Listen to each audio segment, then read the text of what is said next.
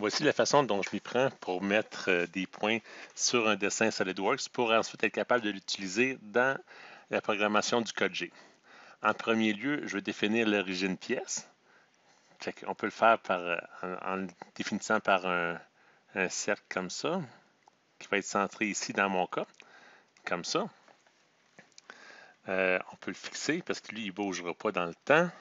Puis on peut lui aussi y donner une annotation particulière qui va être le symbole de centrage. Voilà, c'est tout cute. Maintenant, on peut définir le brut. On peut dire que le brut, il va être centré par rapport à la pièce finie, dans ce cas ici, comme ça. Puis, juste pour le différencier de la pièce finie, on peut lui mettre des lignes de construction. Le point ici, on peut le définir comme étant fixe, ce qui va nous permettre de dimensionner le brut sans faire bouger sa position par rapport à la pièce usinée. Nous, notre brut, il y a 4 pouces comme ça, et il y a 4 pouces 300 dans ce sens-là. Voilà. Maintenant, on peut mettre des points.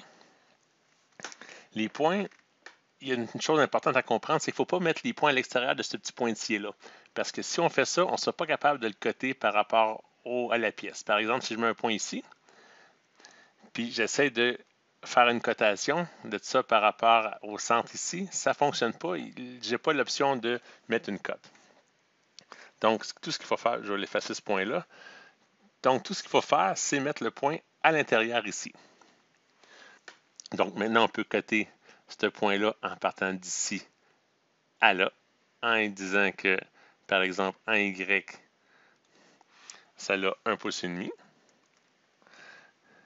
Et en X, peut-être que c'est plus dur, on peut lui forcer de la cotation horizontale si on veut, entre ici et là. Et on dit que ça a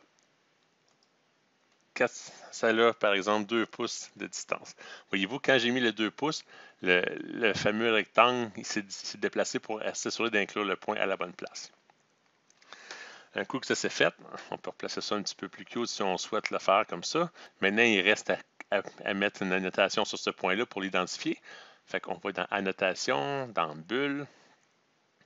Puis, nous, ce qu'on veut, c'est pas du texte, pas d'un numéro d'article, mais bien du texte. Puis ici, on peut marquer le numéro qu'on veut. Si par exemple, on était rendu au point 2, et on fait ça comme ça, puis on dit la bulle, on l'a vu ici, et ça marque 2. Puis ce qui est important, c'est vraiment de fixer l'origine ici pour pas être sûr que c'est pas lui qui se déplace quand on cote un point, mais bien le point comme tel.